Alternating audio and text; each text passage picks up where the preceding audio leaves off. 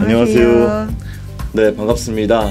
녹내장 TV 진행을 맡고 있는 저는 센트럴 서울안과 녹내장 클리닉 최재환, 김미진 원장입니다.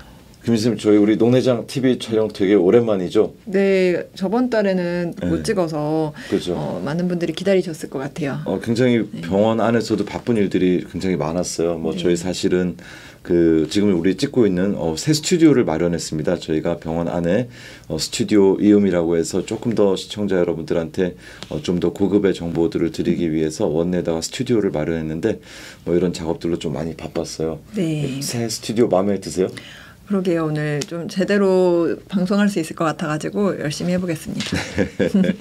그래요. 저희가 이제 저희가 가끔은 토픽을 정해서 이렇게 진행을 하지만 네. 또 여러분들이 또 궁금해하시는 많은 부분들이 있기 때문에 실제로 여러분들이 진짜 궁금해하시는 건지 뭔지에 대해서 좀 질문을 받아서 저희가 가끔은 이렇게 해소해드리는 시간을 가지려고 하고 있습니다. 네. 저희 보시면은 저희 녹내장 TV 유튜브에서 검색해서 들어오시면 여기 홈페이지가 보이고요. 들어오셔가지고 커뮤니티에 들어오시면 가끔 저희가 이렇게 질문들을 이렇게 받을 때가 있습니다. 이번 달에도 이렇게 질문들을 받았고 안녕하세요, 녹내장 TV입니다. 그래서 이렇게 저희가 말씀을 남겨드렸더니 또 굉장히 또 많은 분들이 질문을 남겨주셨어요. 답변을 남겨주셔가지고 오늘은 거기에 대해서 좀 이렇게 해소해드리는 시간을 가지도록 하겠습니다. 네. 예, 녹내장 Q&A에 남겨주신 질문들을 좀 보겠습니다. 이렇게 장문의 질문부터 아주 다양한 분들의 이제 질문들이 올라왔고요. 총 21개의 질문을 남겨주셨습니다. 많죠? 긴장되는데. 네, 일단 첫 번째 질문부터 읽어보겠습니다. 키보도 3단님께서 스테로이드 저한 녹내장 환자이시고 12년 되었다고 하고요.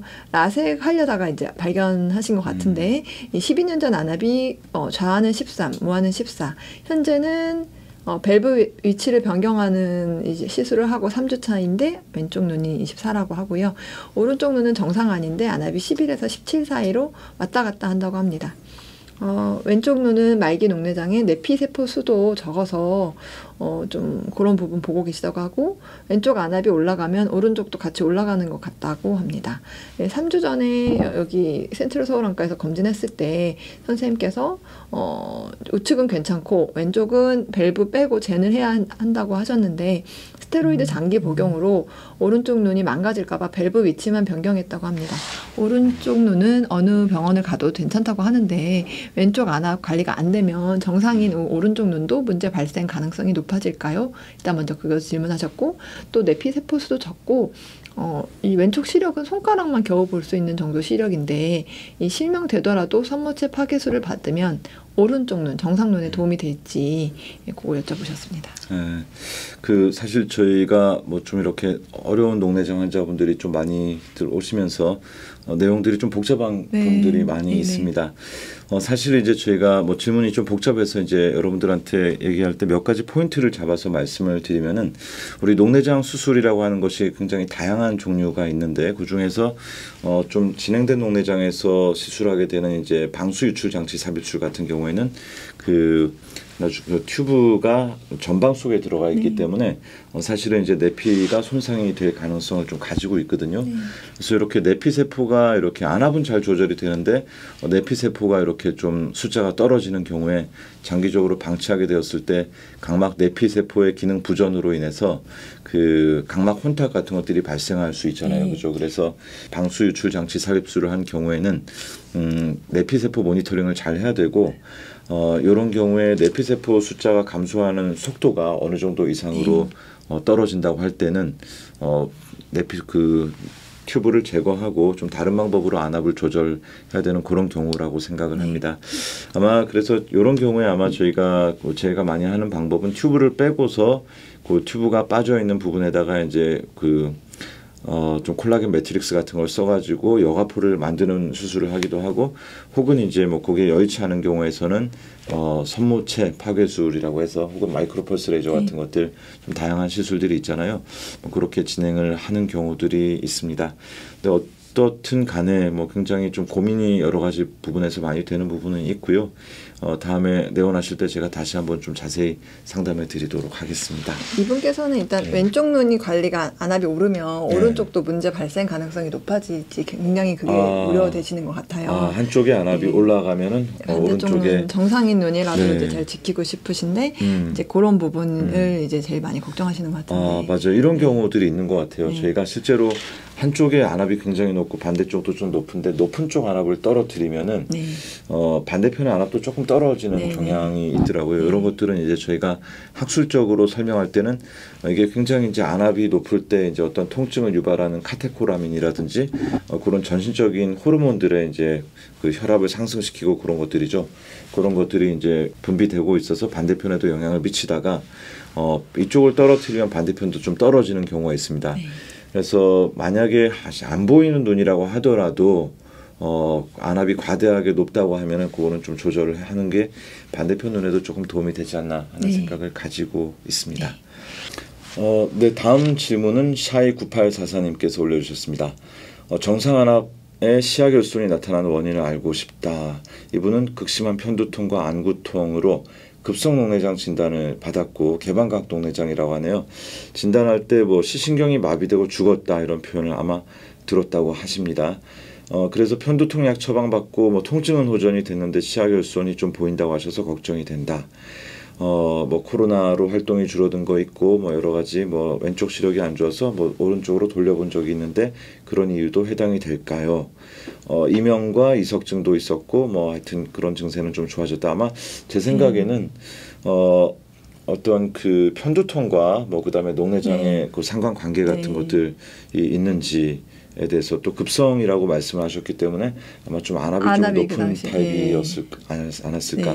한번 어떻게 생각하세요? 일단은 이분 진단 자체를 사실 뭐 개방각으로 안압이 급격하게 오르는 경우는 2차성 농내장 가능성도 있고 그렇죠. 이제 진단 자체를 사실 요 말씀만 들어서는 좀 알기가 어렵고요. 근데 이제 압이 올랐다고 하면 그 오른 안압 때문에 시신경이 이제 시신경 압박이 이루어지면서 시야 결손이 생길 수 있습니다. 그러니까 이제 정상 안압에 시야 결손이 생기는 원인도 뭐 정상 안압에도 생길 수 있지만 이 고안압 갑자기 급격하게 올랐다가 생긴 이제 시야 결손 같은 경우니까 이제 질문하고 내 상태랑 딱 맞는 것 같지는 않고요. 그다음에 이제 이 고안압 농내장에서 이제 고안압이 호전된 이후에도 한 달에서 한 석 달 정도까지 관찰을 시야 검사로 보면은 시야 결손이 초반에 이제 안압이 컨트롤 되고도 한창 진행되는 걸 볼 수가 있거든요. 그렇죠. 그래서 이제 그런 부분이 어느 정도 시기에는 또 이제 안압이 잘 조절되면 또 머무르는 경우가 많으니까 그런 관찰하시면서 보시면 될 것 같고요.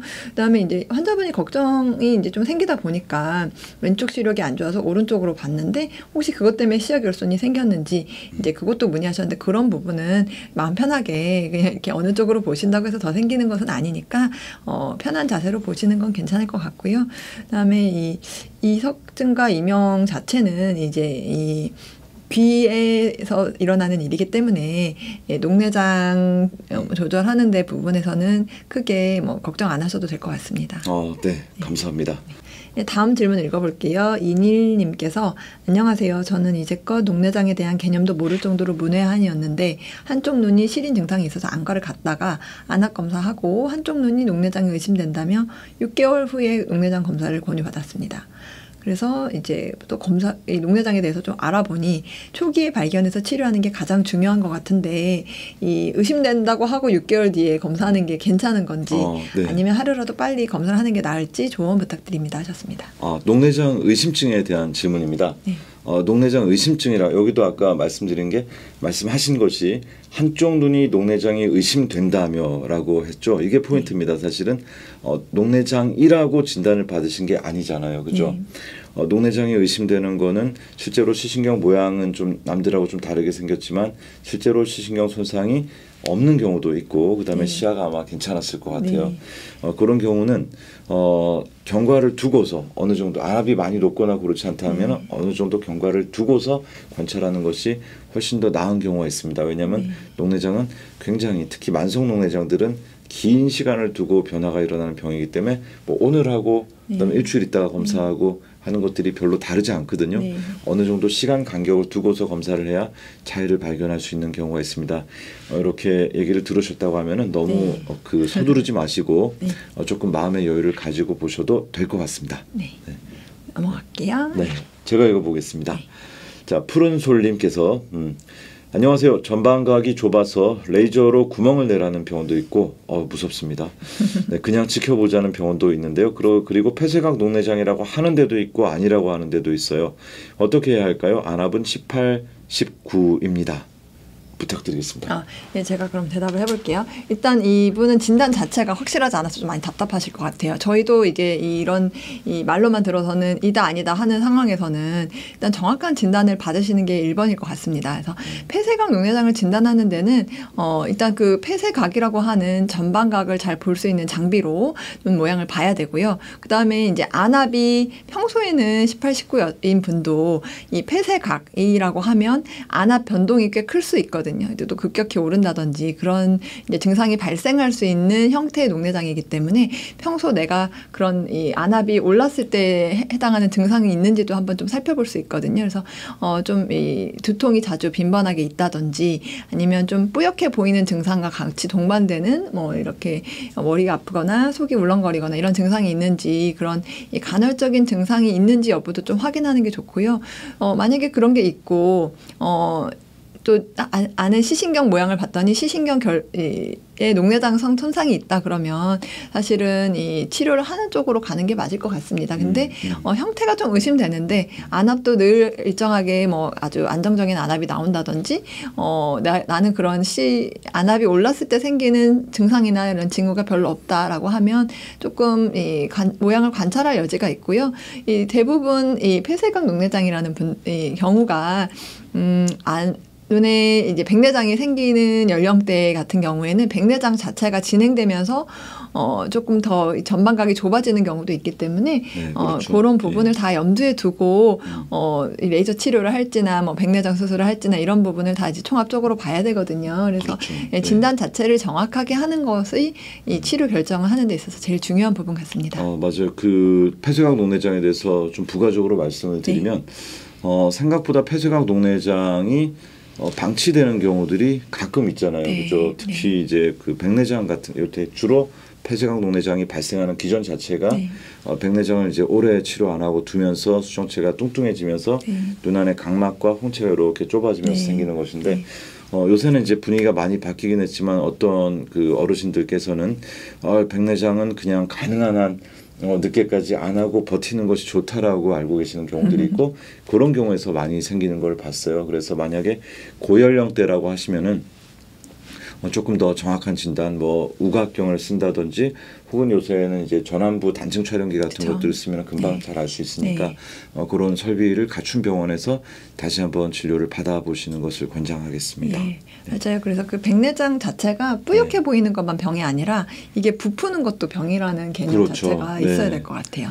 그래서 그런 부분은 이제 주치 선생님하고 상의가 필요해 보입니다. 다음 질문 읽어보겠습니다. 레인세븐님께서 주신 질문으로 이 섬유주 절제술 이후에 상처 치유 반응이 빠르다면 어떻게 관리해야 되나요? 질문 주셨고요. 이 니들링 을 한번 하고 안압 조절이 안 되다 보니 약물 치료를 받고 있고요. 이 블렙 리비전을 해보자고 했는데 일단 보류하고 안압약 3개를 쓰면서 적정 안압 유지 중이라고 합니다. 그래서 이 블렙 리비전이라고 하는 수술과 이 재수술의 차이가 어떻게 다른지 궁금하다 하셨고, 그다음에 이제 눈 수술을 여러 번 받은 환자는 녹내장 수술에 취약하다고 들었는데 이분께서는 백내장 수술과 이 망막박리 수술 후에 이제 섬유주 절제술을 받은 케이스라서 이제 앞으로 수술 받더라도 잘 치료가 될지 걱정이라 하셨습니다. 네. 그 섬유주 절제술을 받고서 안압 조절이 잘 안 되는 경우인데 우리가 섬유주 절제술이라고 하는 거는 이제 여과포를 만드는 수술이잖아요. 여과포라고 하는 것은 눈 밖에 이제 결막과 그다음에 이제 공막 사이에다가 물이 빠져나갈 수 있는 공간을 만드는 것인데 이게 아마 다시 들러붙거나 그런 경우란 말이죠. 블렙 리비전하고 재수술의 차이가 뭐냐라고 했는데 아마 제 생각에 이런 질문을 하신 것 같아요. 블렙 리비전은 그 여과포를 다시 살려가지고 기능을 하도록 만들 수 있는지에 대한 걸 물어보신 것 같고 재수술은 이제 그 여과포를 포기하고 아마 다른 2차적인 수술, 방수유출 장치 삽입술이라든지 그 뭐 다 모양체 광흥고술이라든지 그런 2차적인 수술을 하는 거를 말씀하신 것 같아요. 저는 이제 기준을 그렇게 삼습니다. 그 여과포의 상태가 저희가 전완부 단층 촬영기 같은 걸 찍어서 보면은 밑에 좀 살릴 수 있는 공간이 있는지 아니면 그냥 밑이 완전히 살로 가득 차 있고 유착이 되어 있는지 다 보이거든요. 그렇게 사진 촬영을 해서 보고 조금 살릴 수 있는 부분이 있으면은 그 다시 여과포를 재건하는 블랩 리비전을 시도해 보고요. 그렇지 않고 뭐 그쪽을 들어갔을 때 굉장히 뭐 출혈이라든지 뭐 유착이라든지 그런 문제가 많이 발생할 것으로 생각되면은 그냥 다른 부위에 다른 종류의 수술을 하는 2차적인 녹내장 수술을 택하는 그런 경향이 있습니다. 아마 근데 환자분 같은 경우에는 이게 망막 박리 수술을 하셨잖아요. 망막 박리 수술을 하고 나면 결막을 일단은 다 특히 공막 돌리용술을 하고 나면은 이렇게 결막을 한번 다 열었다가 붙이기 때문에 아마 결막 상태가 굉장히 좋지 않을 거예요. 아마 제 생각에는 그 블랩 리비전보다는 좀 다른 기존의 녹내장 수술을 택하는 것이 좀 도움이 될 가능성이 뭐 좀 그게 조금 더 좋아 보이는데 뭐 실제로 이건 환자 눈을 봐야지 알 것 같습니다. 저희가 이제 이 섬유주 절제술 성공률을 예측할 때 이 결막 상태가 굉장히 중요하기 때문에 이제 여기서 아까 환자분이 눈 수술 여러 번 받았는데 녹내장 수술에 그렇죠. 취약하냐 이렇게 물어본 게 이제 그런 내용에서 관련이 있거든요.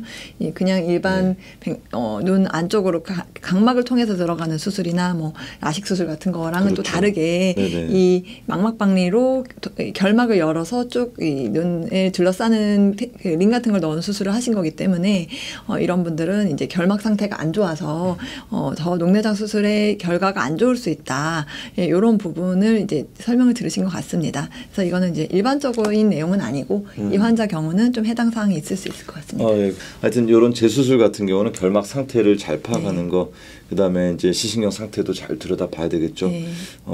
종합적인 판단이 필요할 것 같습니다. 다음 질문입니다. 민턴 굿님께서 아마 수술을 받으신 것 같습니다.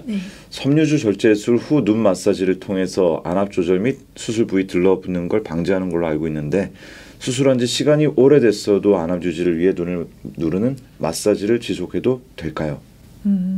이거는 이제 사실 환자마다 너무 다 개별 지도가 이루어져야 되는 부분 같아요. 먼저 마사지가 어떤 거죠? 마사지는 이제 섬유주 절제술이라는 수술 자체가 눈 안쪽, 안구 안쪽에 있는 물을 결막 밑으로 이게 좀 유출될 수 있게 물주머니를 만드는 수술이라고 생각하시면 되거든요. 그러면 이제 그 물주머니 자체는 사실 이 내 몸에 그렇게 인위적으로 만들어 놓으면 자꾸 들러붙는 힐링되는 그런 특징이 있기 때문에 자꾸 물주머니 크기가 작아지고 들러붙습니다. 그러니까 이제 마사지라고 해서 눈 자체 이제 선생님들마다 마사지 지도 방법이 다 다르니까 다 일괄적으로 말씀드리기 어렵지만 눈을 어쨌든 압박을 해서 그 길로 물이 나올 수 있게 하면서 인위적으로 그 물주머니가 들러붙지 않게 조금 해주는 거죠. 이제 그런 거를 이제 하는 경우에 대부분은 이제 들러붙고 있다고 생각될 때 하거든요. 그러니까 이제 직후나 이제 그런 경우에는 하지가 않고 좀 이 상처가 아물기 시작한 한 달 이내로 시작을 한다든지,